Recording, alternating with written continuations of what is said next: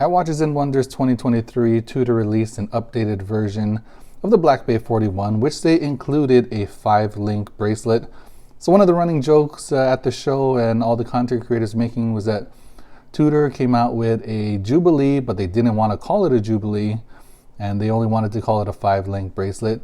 But I'm going to tell you why in this video Tudor was right and everybody else was wrong. Here we go.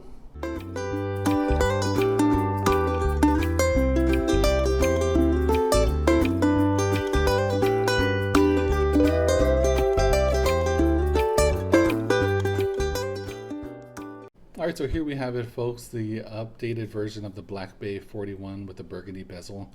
41 millimeters in diameter, 21 millimeters lug to lug, and about 13.7 height. So I originally purchased this watch on the rubber strap. You can see a video about it linked in the card above. But I ended up buying this 5-link bracelet from an authorized dealer, Ben Bridge TimeWorks, here in Honolulu. And at the end of this, I'll have a short rant about Ben Bridge TimeWorks. But anyway, so let's look at this this 5-link bracelet here from Tudor. I think it works very well with this watch. I think, of course, the Oyster is a nice bracelet, but I think this adds that little extra oomph that this watch may. I don't think it needs it, but I think if ever you can add a little bit extra to it, I do. And if you've seen my other videos, you guys know that I'm a huge fan of the Jubilee. It's my favorite bracelet from Rolex. And if I could get, I mean, I think I might already have every model that they offer a Jubilee on. I'm not really sure, but I think I have the Sky Dweller, Datejust, and the GMT. So I think that's everything that they offer on a Jubilee. Correct me if I'm wrong in the comments here, but one of the reasons why that I think that this is more of a 5-link bracelet than a Jubilee. So if you're looking at it just by itself, yeah, it does look like a Jubilee, but there's a couple of things that kind of is very different from a Jubilee. If you can see, well, here's the side profile. Mostly Jubilees have kind of like a half moon shape on the side, and the center links are a little more raised. They have a little more depth to them, so it looks more three-dimensional when it's on your wrist. If the camera is displaying this right, this bracelet is just very flat. From the side you can see that it's flat. From the front, it just kind of doesn't have that kind of three-dimensional look that another well, Rolex's Jubilee has. So side by side, there's clear definitions between the links. You can even see a lot of skin in between the links because there's more space, and these middle links are more raised. Also on this watch, these three center links are a little bit longer than a normal Jubilee from Rolex. And yeah, we have the half moon shaped links here, and it's raised, or maybe it's not raised as much as I thought, but there is just more definition to this bracelet here. Every link is kind of exposed, and it adds a lot of depth and a little more character to the bracelet. When you see this one up close, it just looks very flat. But I mean, it's still a great bracelet. I mean, it still looks good. It has the T-fit clasp on it. You just lift it up here and go in and out like that. Perfect for on-the-fly adjustments. So here's another bracelet that I have to compare. This is Seiko's Jubilee. This is more like a vintage Jubilee, very jangly. But even this bracelet, you can see like a lot more definition to the Jubilee portions of it. This one has a half moon shaped, and well, this one doesn't stretch as much as the Rolex's bracelet.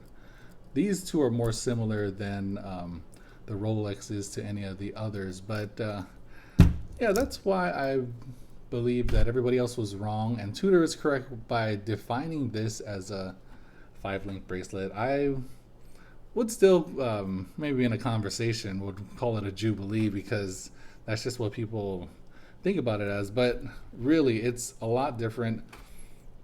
It's closer to a kind of a grains of rice 5 link kind of bracelet style, just with the length of the center links, and the kind of circular or oval shape of the links here. But anyway, on to my story about Ben Bridge TimeWorks. I purchased it. I had to wait maybe 2 months to get it. It came in. I was on a trip, so when I came back, I went to the store and I picked it up, and I was like, okay, great. This thing costs like about $1,000 after tax, which is kind of expensive for a bracelet. I mean, actually, it's about right, I think. It's not cheap, but it's not like really expensive. But anyway, the dealer that I purchased it from, he wasn't there, so somebody else there who took forever just to even find where the bracelet was. And once they found it, he kind of gave it to me. He was putting it in a bag. It was still in the box. I was like, oh, can you put it on? He was like, oh, sorry, our watchmaker isn't here. And I was like, oh, well, can't somebody else do it? And he was like, oh, well, I could try, but I really don't want to scratch up your bracelet. And this is Ben Bridge TimeWorks. They only sell watches.